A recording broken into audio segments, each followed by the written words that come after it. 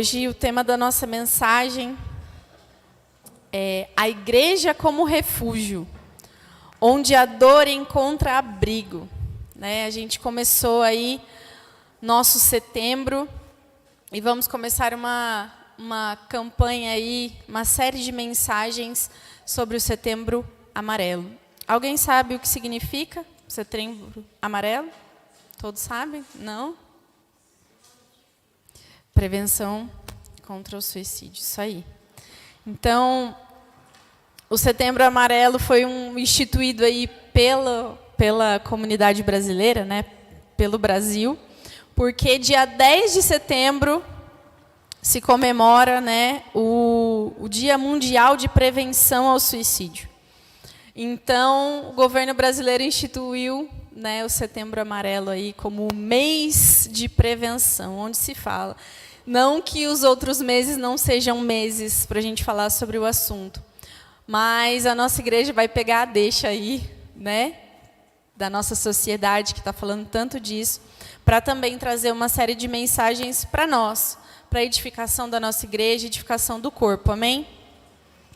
E antes da gente entrar na mensagem, eu gostaria de mostrar alguns dados para os irmãos que talvez você não tenha conhecimento, né? Talvez não passou ainda pela sua cabeça, né? Porque quando se fala em suicídio, talvez você pense que seja algo muito distante da realidade, algo muito, né, aquém, algo que não esteja aí no seu círculo.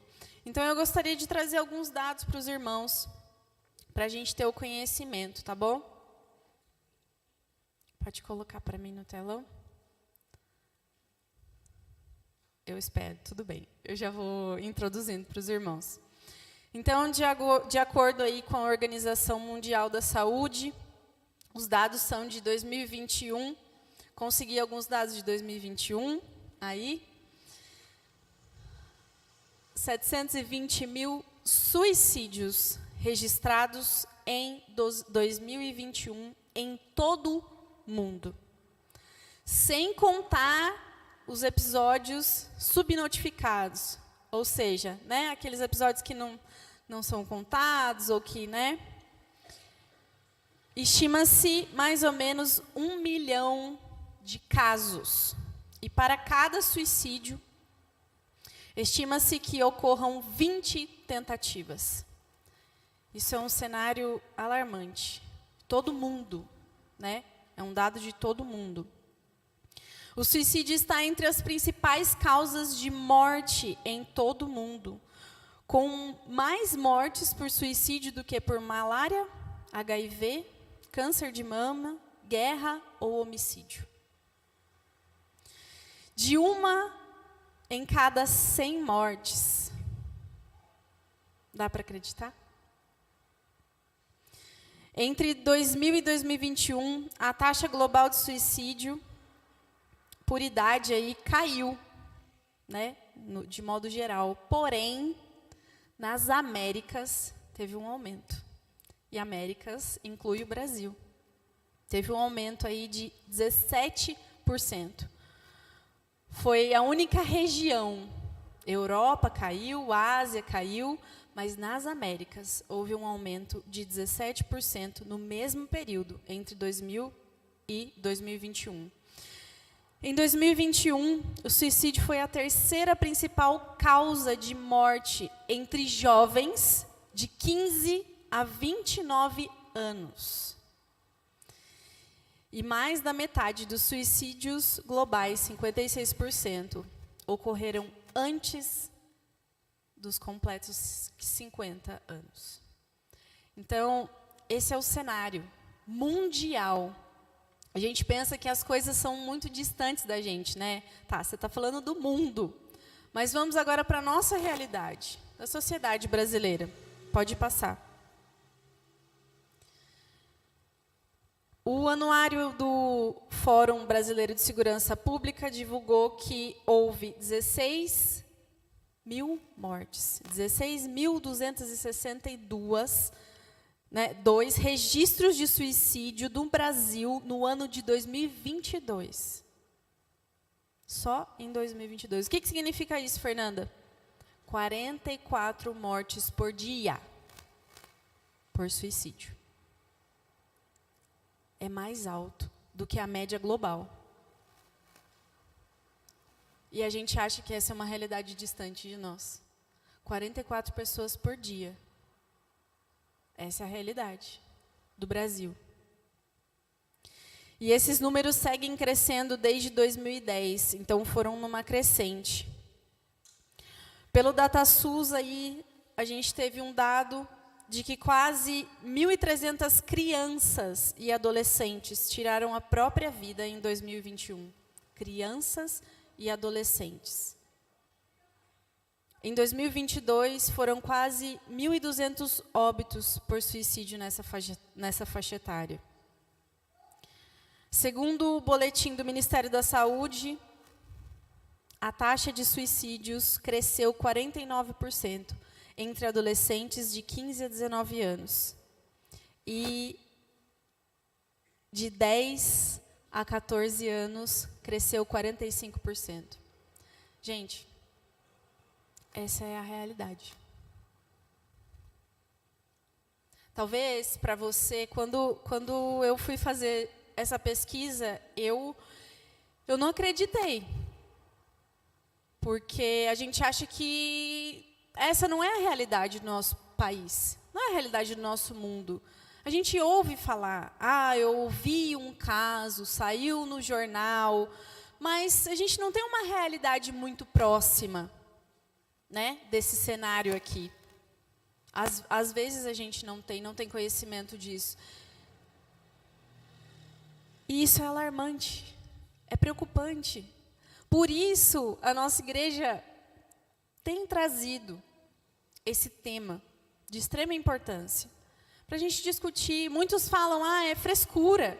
A gente não pode falar sobre depressão, a gente não pode falar sobre ansiedade, a gente não pode falar sobre transtornos, porque isso daí é frescura.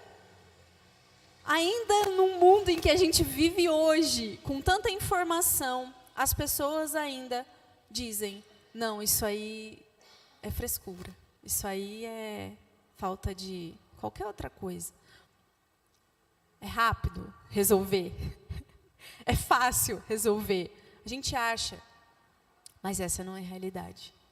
E aqui a gente pode colocar muitas informações, países de baixa renda, países de alta renda. Esse é o cenário do mundo. Tá, Fernanda, mas por que isso é pertinente para nós hoje aqui, eu e você? Por que é pertinente? Porque uma pessoa que está prestes a tirar a sua própria vida, que tem um pensamento suicida, ela tem uma dor. Ela está buscando se livrar de uma dor, da qual muitas vezes ela não consegue ver saída, não vê solução. Ela se vê diante daquele turbilhão de pensamentos, sentimentos, emoções, e por mais que ela tente encontrar uma saída para a sua dor, ela não consegue. Então, o único pensamento dela é: eu vou tirar minha própria vida, porque os meus problemas não têm mais solução. Você pode não pensar dessa maneira, mas existem pessoas, muitas vezes dentro da igreja, que estão pensando dessa maneira. Mas, Fernanda, elas não têm Deus? Tem, muitas vezes tem. Mas elas estão tão imersas nas situações que elas não conseguem enxergar os atributos do Senhor. Elas não conseguem enxergar que Deus, apesar de todas as circunstâncias, Ele está lá. Alguém que sofre angustiado, pede até a morte, como a gente vai ver mais para frente com Elias. Nós, como igreja, nós precisamos olhar para essa situação não como uma situação de desprezo, ou não se colocar fora. Nossa, mas eu jamais faria isso. A igreja é um lugar de refúgio. É um lugar de cura. É um lugar de abrigo para as pessoas que necessitam. Então a gente precisa ter um olhar de compaixão. Hoje pode ser que você não se encontre nessa situação. Pode ser que um dia se encontrou, o Senhor conseguiu te resgatar a sua mente, o seu pensamento. Mas pode ser que um dia você estava na mesma situação do que um membro aqui, ou de alguém que está fora e precisa de ajuda, de auxílio. Porque a gente pode estar muito bem cercado de pessoas, família, amigos, e mesmo assim se sentir sozinho. Então, nessa noite, eu queria que nós olhássemos para isso, dessa maneira. Tá bom? A dor emocional, ela é uma realidade profundamente humana. E também bíblica. Porque a gente encontra isso na Bíblia. Você vai falar, não, a dor não faz parte. Faz sim. Nós temos homens e mulheres que passaram por momentos de tribulação, angústia. As Escrituras, elas não escondem os sofrimentos dos seus personagens. A gente acha que mostrar as nossas vulnerabilidades, né, são fraqueza. Mas na verdade não são. Porque quando a gente reconhece a nossa fraqueza, a nossa limitação, as nossas angústias, as nossas aflições, a gente dá lugar à cura, à transformação, ao refúgio, ao acolhimento. Então mostrar a vulnerabilidade não é mostrar a sua fraqueza. Pedir ajuda não é fraqueza. É reconhecimento de que você tem amigos, irmãos e um Deus que pode te livrar em meio às tribulações. Amém? Davi foi perseguido, angustiado, né? Vamos lá para Salmos 42. Salmos 42, versículo 3, diz que Davi fala assim: minhas lágrimas têm sido o meu alimento, de dia e de noite. Pois me perguntam o tempo todo, onde está o seu Deus? Quando me lembro destas coisas, choro angustiado, pois eu costumava ir com a multidão, conduzindo a procissão à casa de Deus, em cantos de alegria e de ações de graça entre a multidão que festejava. Por que você está assim tão triste, ó minha alma? Por que está assim tão perturbada dentro de mim? Ponha sua esperança em Deus, pois ainda o louvarei. Ele é o meu Senhor e o meu Deus. A minha alma está profundamente triste, por isso em ti me lembro, desde a terra do Jordão, das alturas do Hermon, desde o monte Mizar. Irmãos, aqui Davi estava angustiado. A alma dele estava assim: Senhor, eu estou aflito porque eu estou sendo perseguido pelos meus inimigos e estão apontando o dedo no meu rosto e dizendo: e aí, aonde está o seu Deus? Por que você está nessa situação? Alguém, muitas vezes, com dor e sofrimento, a ponto de pensar em suicídio, está com o dedo apontado na cara dela, falando assim: aonde está o seu Deus que te colocou nessa situação? Ele não é capaz de te livrar?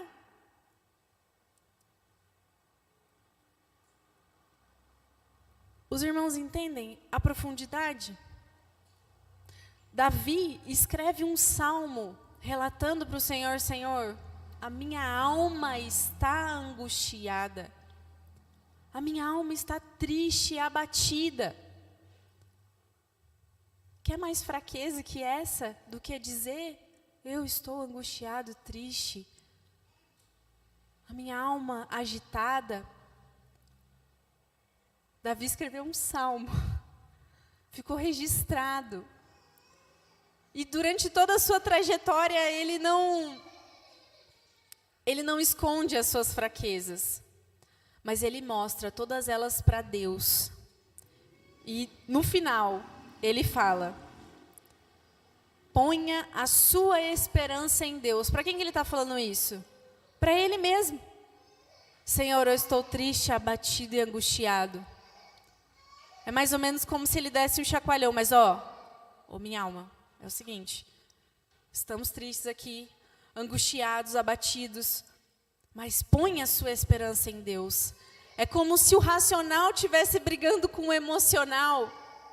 Você está passando por diversas situações, mas lembre-se, põe a sua esperança em Deus, pois ainda o louvarei.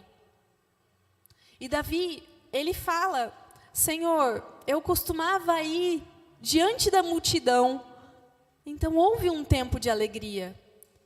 Senhor, Davi trocava suas vestes, ia na frente, dançava, e foi até repreendido por uma das suas esposas. Você, como um rei, tira as suas vestes de rei e dança na frente da multidão, mostrando a sua vergonha e fragilidade? Davi relatou aqui, Senhor, eu costumava ir num tempo de festa, celebrando na tua casa. E talvez a gente esteja num momento assim, ou esteve num momento assim, de, Senhor, eu fazia tantas coisas, eu me dedicava tanto, eu tinha tanto amor, eu fazia tantas coisas para o Senhor, e hoje meu coração está entristecido, angustiado, amargurado por tantas coisas que eu passei, pelas coisas que eu estou passando. Mas Davi, ele lembra, ponha a esperança em Deus, pois ainda o louvarei. Amém? Ana, diante da sua infertilidade, ela derramou as lágrimas no altar. 1 Samuel 1, versículo 10. Volta um versículo para mim, 9.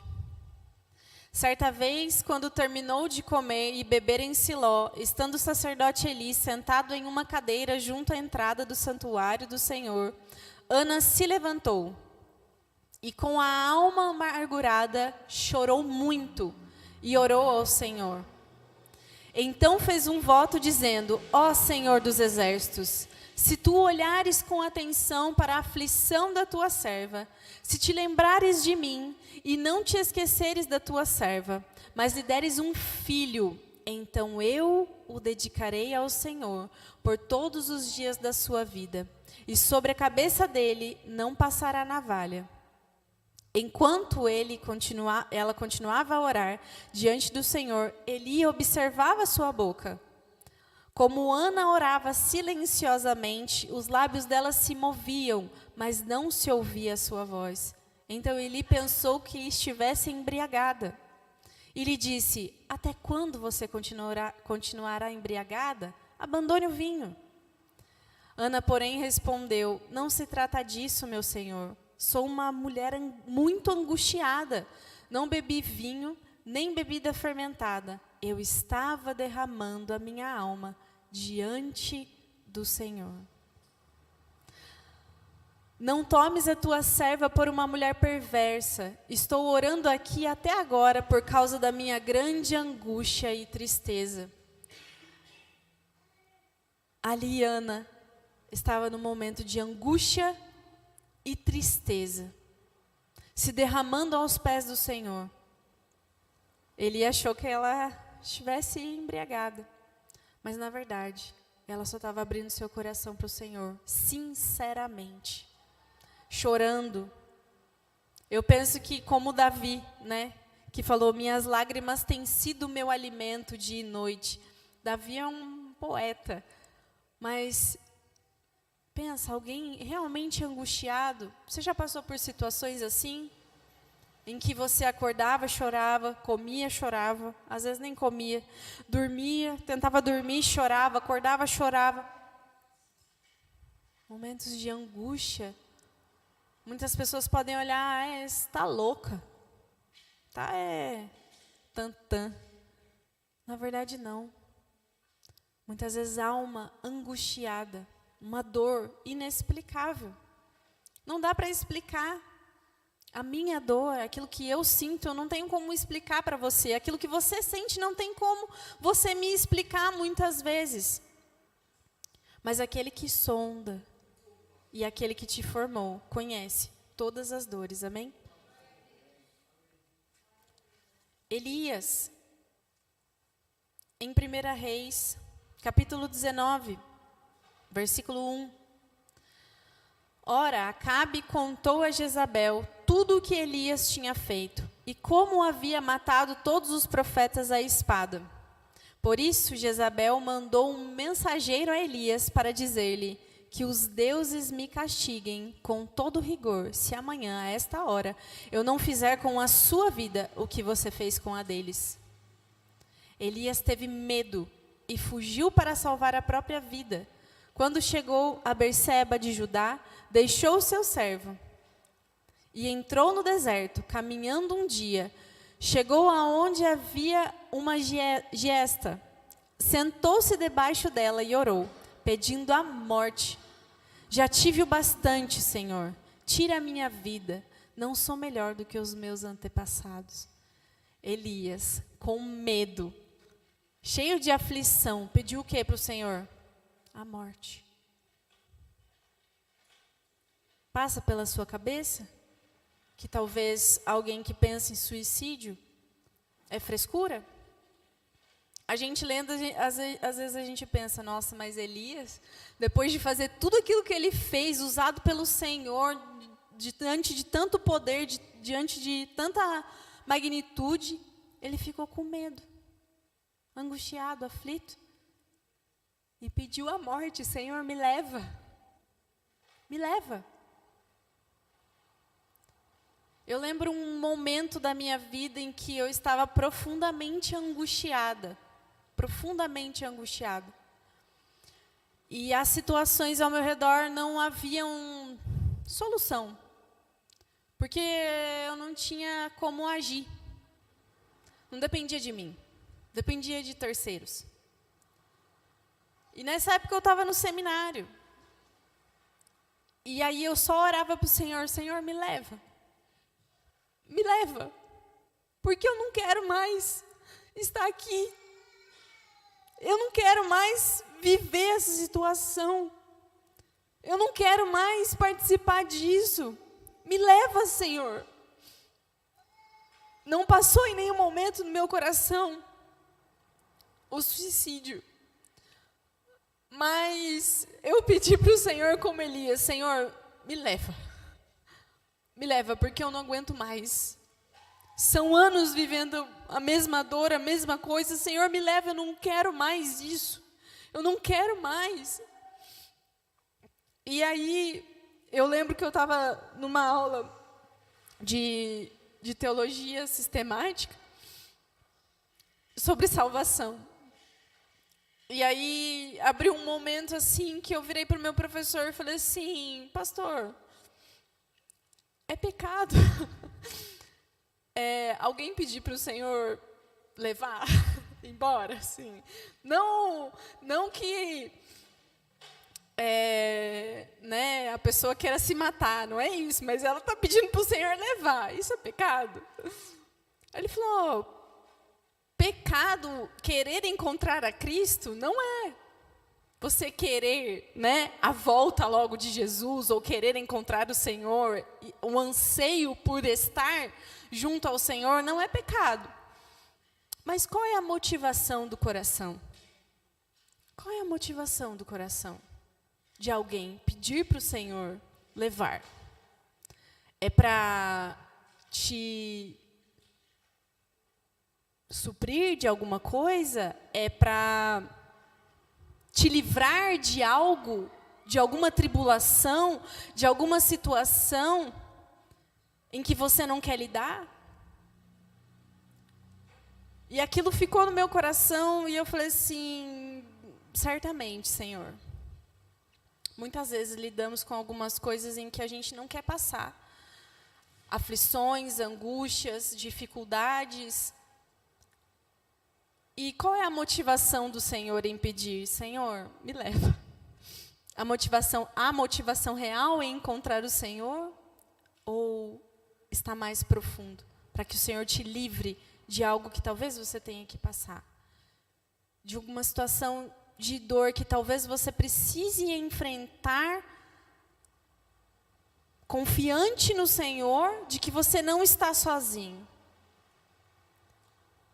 E ali eu aprendi que o Senhor é a minha torre forte, é o meu abrigo, é o refúgio. E Ele está perto do coração quebrantado. Abre a sua Bíblia comigo em Salmos 34. Salmos capítulo 34, versículo 18. Diz assim: o Senhor está perto dos que têm o coração quebrantado e salva-os de espírito abatido. O Senhor está perto dos que têm o coração quebrantado e salva-os de espírito abatido. O que significa isso? O Senhor não vê apenas a dor. Ele acolhe, Ele cura, Ele transforma, Ele está perto.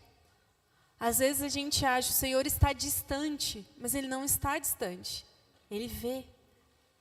Porque Ele está perto dos corações quebrantados. E nós não estamos isentos do sofrimento, mas a gente deve ter a certeza de que Ele está conosco.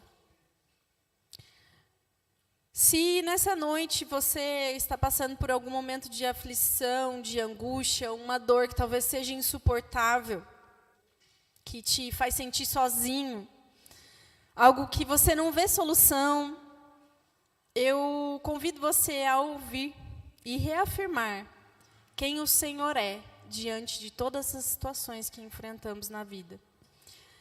Se você não está com seu coração angustiado, eu também te convido a ter a certeza de quem é o Deus da sua vida. Amém? Salmos capítulo 18. Salmos 18.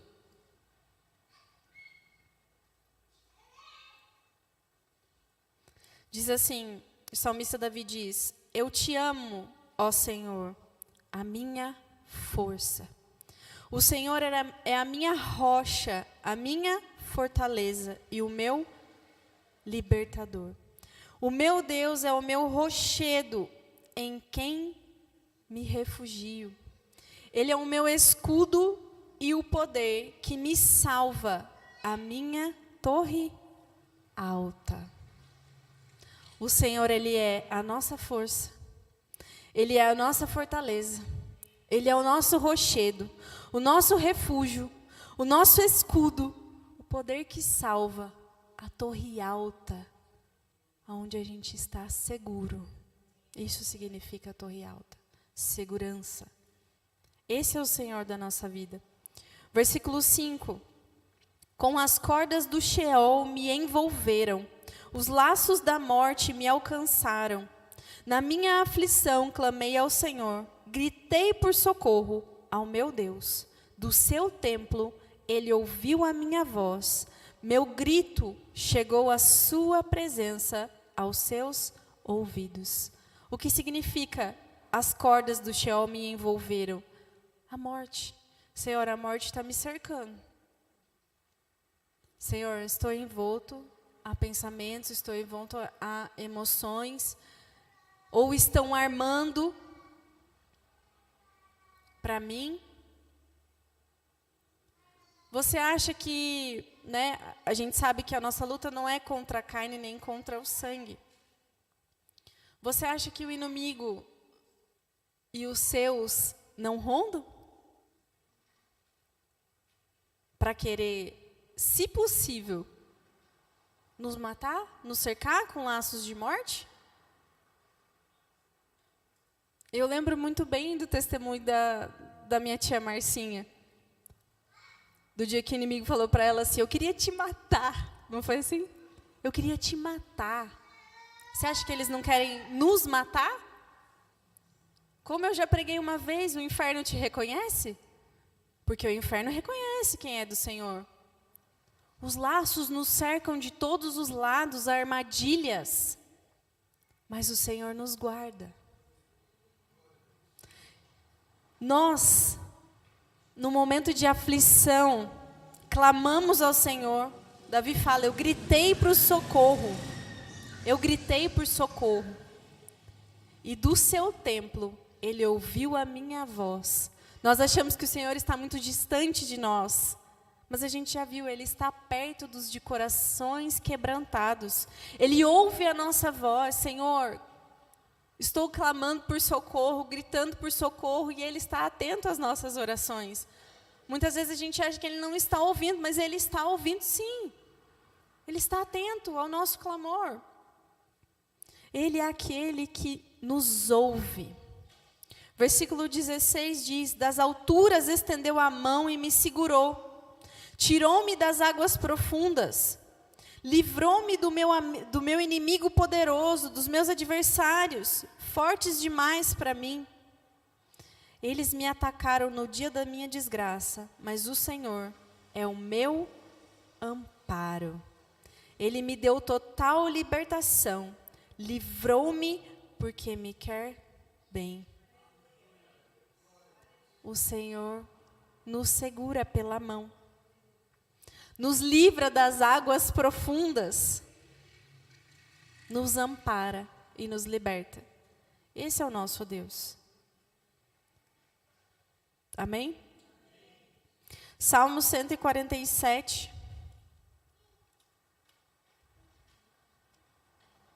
Salmo 147, versículo 3.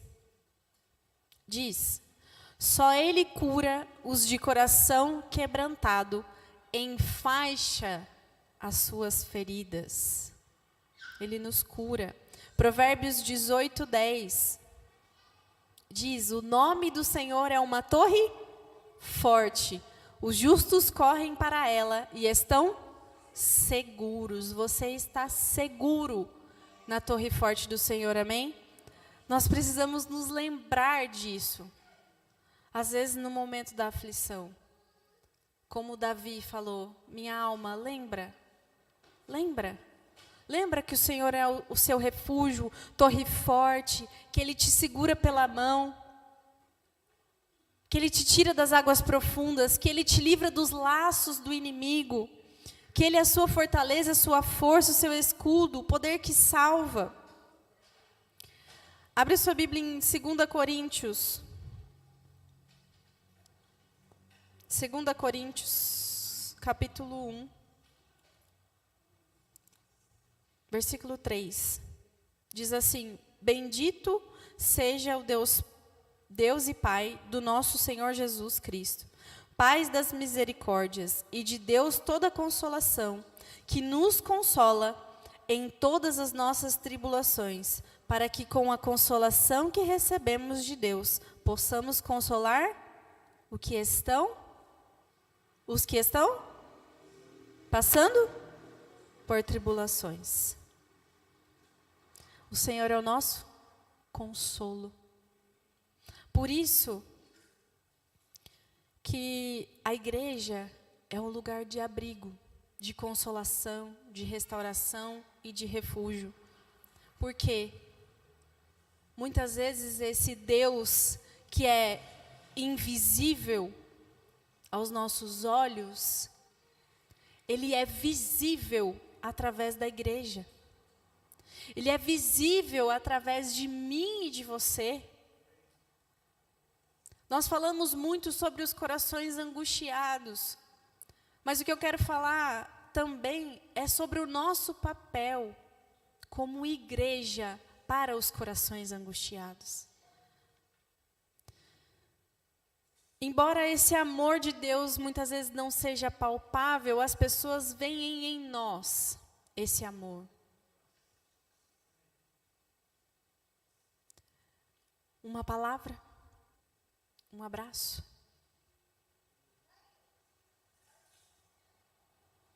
Uma oração, um jejum, uma conversa, ouvir, um convite. Isso faz parte de ser igreja como abrigo. Nós somos chamados para esse abrigo. Quando nós amamos uns aos outros, nós somos reflexo de Cristo.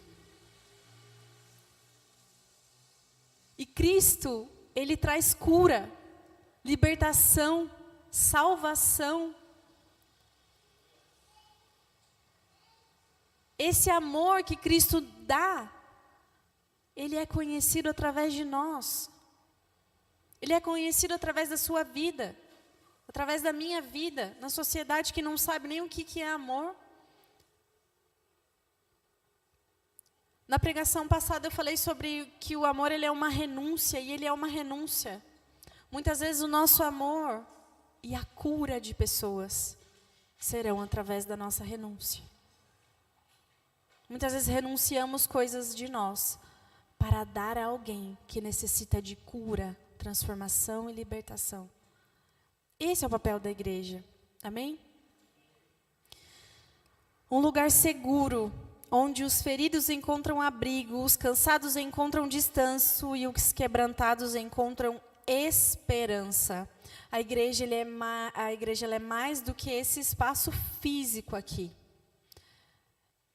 Ela deve ser um ambiente espiritual de acolhimento, onde o amor é palpável e restaurador. Amém? Nós devemos estar prontos para receber pessoas, para enxugar as lágrimas, para colocar os corações, juntar eles assim, ó, entregar para o Senhor e falar assim: Senhor, eu estou aqui junto com ela.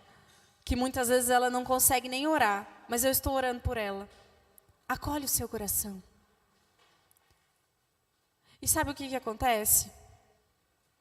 A igreja é chamada para isso, porque ela é um reflexo de Cristo. Mas o que tem de fato acontecido é que a própria igreja tem contribuído para ferir pessoas.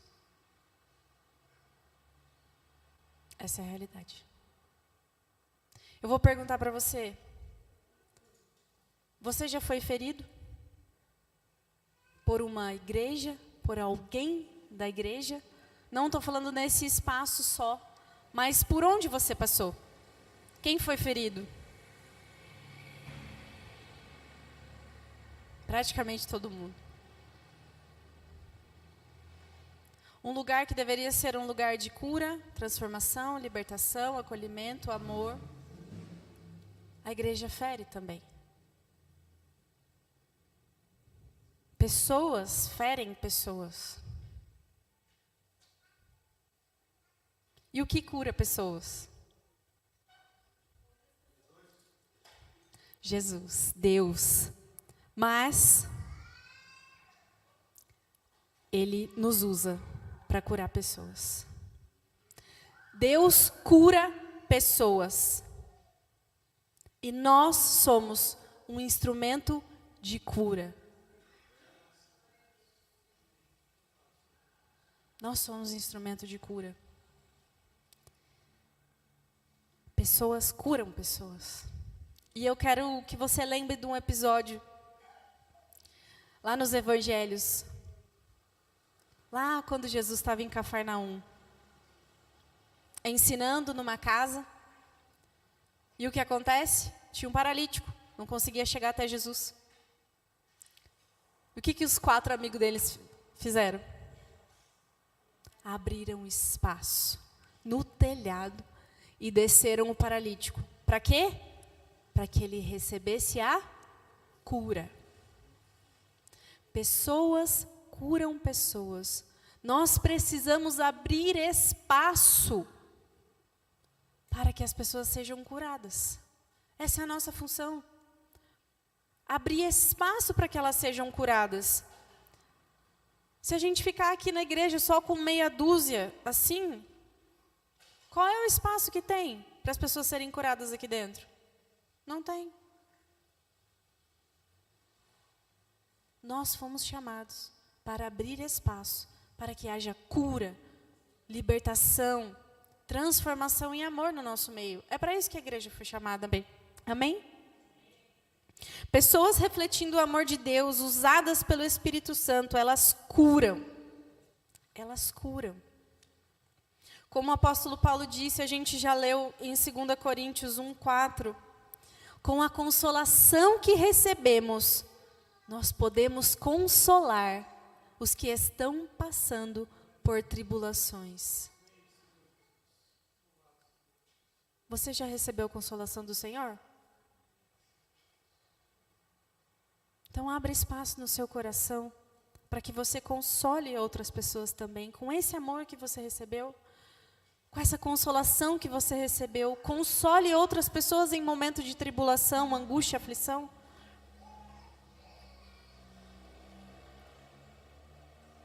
Cada culto, cada oração, cada abraço, cada atitude sua seja um lembrete de que Cristo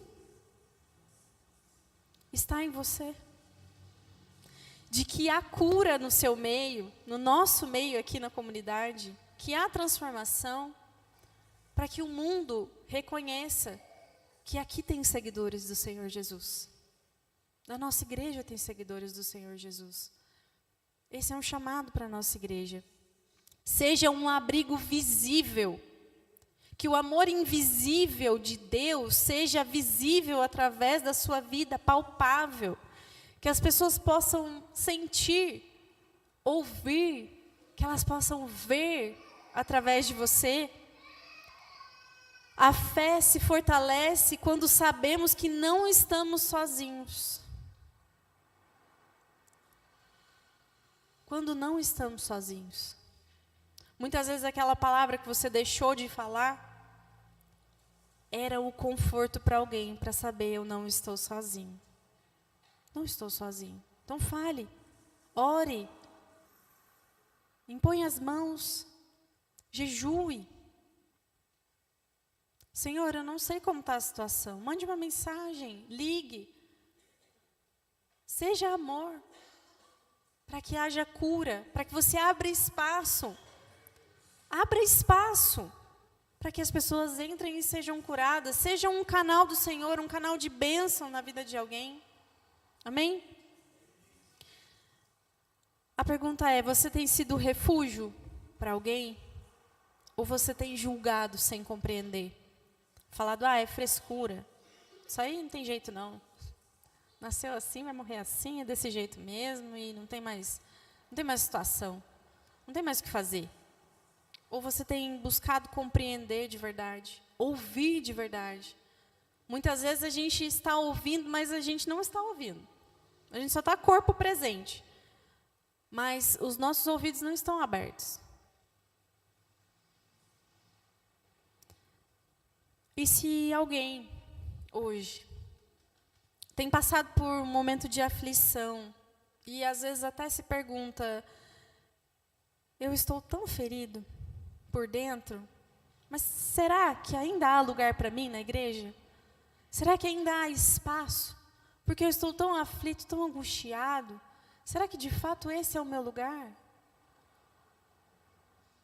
Deus responde para você, eu estou perto dos que têm o coração quebrantado e salvo os de espírito abatido. A igreja é um reflexo do coração de Deus, um abrigo para os que sofrem. Seja abrigo para os que sofrem. E se você tem sentido que está sozinho, e o Senhor está distante, muitas vezes você não consegue ver que Ele é a sua rocha, a sua fortaleza, o seu socorro, que Ele não te ouve, a resposta para o Senhor hoje, nessa noite, para você é: eu estou perto. Eu estou perto. Amém? Pode se colocar de pé. Queria que você saísse daqui hoje com essa palavra, de que a igreja ela é um reflexo do coração de Deus. Um abrigo para as pessoas que sofrem. Amém? A igreja é um refúgio. Seja refúgio. Feche os seus olhos.